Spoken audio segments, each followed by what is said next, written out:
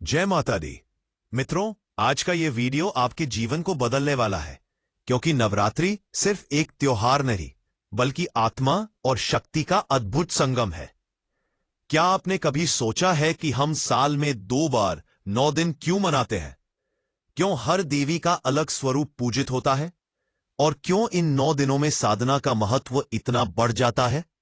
आज हम नवरात्रि के रहस्य को खोलेंगे और 9 देवियों की अद्भुत कथा जानेंगे। नवरात्रि यानी 9 रातें। यह त्योहार देवी दुर्गा के 9 स्वरूपों की उपासना का पर्व है। कथा के अनुसार देवी दुर्गा ने 9 दिनों और रातों तक महिषासुर राक्षस से युद्ध किया और 10वें दिन यानी विजयदशमी को उसका वध किया। इसीलिए इन 9 दिनों को शक्ति की साधना के रूप में मनाया जाता है। यह समय आध्यात्मिक ऊर्जा, आत्मशुद्धि और मां की कृपा पाने का सबसे बड़ा अवसर है। 9 देवियों की कथा और महत्व। मां शैलपुत्री। पहला दिन। स्वरूप पर्वतराज हिमालय की पुत्री, भगवान शंकर की अर्धांगिनी। कथा, पिछले जन्म में सती ने अपने पिता दक्ष के यज्ञ में प्राण त्यागे थे। अगले जन्म में वे हिमालय की पुत्री पार्वती बनी और इसी कारण इन्हें शैलपुत्री कहा जाता है। महत्व, ये मां स्थिरता, दृढ़ निश्चय और संयम की प्रतीक है। लाभ, इनकी पूजा से मनुष्य जीवन की जड़ों को मजबूत करता है, जीवन में अस्थिरता और भ्रम दूर होता है। मां ब्रह्मचारिणी। दूसरा दिन। स्वरूप, हाथ में जपमाला और कमंडल धारण करने वाली तपस्विनी। कथा, मां ने कठोर तपस्या करके भगवान शंकर को पति रूप में प्राप्त किया। इनके तप से देवता और ऋषि भी आश्चर्यचकित हो गए। महत्व, ये देवी साधना, धैर्य और आत्मबल की प्रतीक है। लाभ, इनकी उपासना से भक्त को तप, त्याग और संयम की शक्ति मिलती है, जीवन में लक्ष्य की प्राप्ति होती है। मां चंद्रघंटा। तीसरा दिन। स्वरूप, इनके मस्तक पर अर्धचंद्र सुशोभित है, सिंह पर सवारी करती है और हाथों में अस्त्र शस्त्र धारण करती है। कथा, विवाह के पश्चात जब मां ने असुरों से युद्ध किया तो उन्होंने रौद्र रूप धारण किया और उनके मस्तक पर घंटा आकार का चंद्र प्रकट हुआ। महत्व, शांति, पराक्रम और साहस की प्रतीक। लाभ, पूजा से शत्रु, भय और नकारात्मक शक्तियां नष्ट हो जाती हैं। भक्त का मन संतुलित और वीर बनता है। मां कुष्मांडा। चौथा दिन। स्वरूप, 8 भुजाओं वाली देवी, कमल पर विराजमान। कथा, जब सृष्टि चारों ओर अंधकार में डूबी थी तब देवी ने अपनी मंद मुस्कान से सूर्य और ब्रह्मांड की रचना की। महत्व, सृष्टि की जननी और ऊर्जा की प्रतीक। लाभ, पूजा करने से सेहत सुधरती है, रोग दूर होते हैं और घर परिवार में समृद्धि आती है। मां स्कंद माता। 5वां दिन। स्वरूप, गोद में कार्तिकेय, स्कंद को धारण करने वाली, शेर पर सवार। कथा, जब तारकासुर का वध करने के लिए भगवान शिव पार्वती के पुत्र कार्तिकेय स्कंद का जन्म हुआ तब माता को स्कंद माता कहा गया। महत्व, मातृत्व, करुणा और प्रेम की प्रतीक। लाभ, संतान सुख, पारिवारिक सुख और करुणा की प्राप्ति होती है। मां कात्यायनी। 6ठा दिन। स्वरूप, 4 भुजाओं वाली, सिंह पर सवार। कथा, ऋषि कात्यायन की तपस्या से प्रसन्न होकर माता ने उनके घर पुत्री रूप में जन्म लिया और कात्यायनी कहलाई। इन्होंने महिषासुर का वध किया। महत्व, शक्ति, साहस और विजय की प्रतीक। लाभ, विवाह में आ रही रुकावटें दूर होती हैं और साहस बढ़ता है। मां कालरात्रि। 7वां दिन। स्वरूप, अति रौद्र रूप, गहरे रंग की, परंतु भक्तों के लिए मंगलकारी। कथा, जब असुरों ने धरती पर अत्याचार बढ़ा दिया तब मां ने अपने इस भयंकर रूप में उनका संहार किया। महत्व, विनाश और रक्षा की शक्ति। लाभ, सभी भय, जादू टोना और नकारात्मक ऊर्जा का नाश होता है। 8वां दिन। 1 सेकेंड।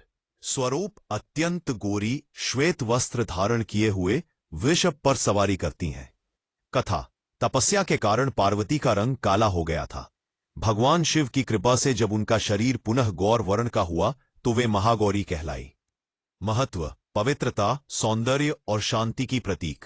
लाभ, विवाह सुख, पवित्रता और मानसिक शांति प्राप्त होती है। मां सिद्धिदात्री। 9वां दिन।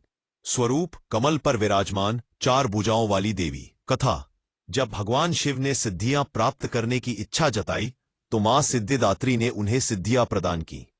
इसी कारण शिव अर्धनारीश्वर कहलाए। महत्व, सभी सिद्धियों और शक्तियों की दात्री। लाभ, आध्यात्मिक शक्ति, सिद्धियां और मोक्ष की प्राप्ति होती है। नवरात्रि पूजा विधि। कलश स्थापना और मां दुर्गा का आवाहन। नवरात्रि के पहले दिन स्नान करके शुद्ध वस्त्र पहने।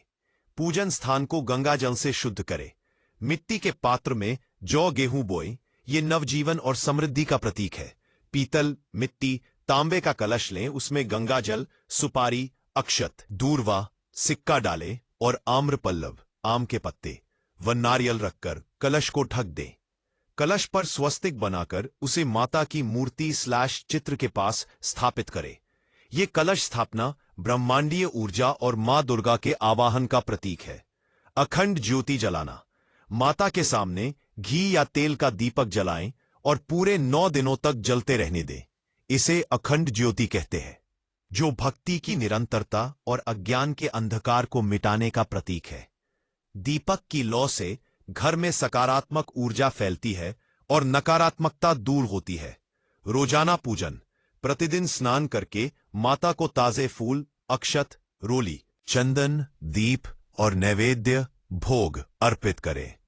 माता के 9 रूपों के अनुसार अलग अलग फूल और प्रसाद अर्पित करना श्रेष्ठ माना जाता है। प्रत्येक दिन मां के मंत्र और स्तोत्र पढ़ें।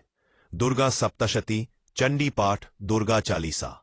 नवरात्रि में दुर्गा सप्तशती 700 श्लोक, चंडी पाठ या दुर्गा चालीसा का पाठ विशेष फलदायी माना गया है।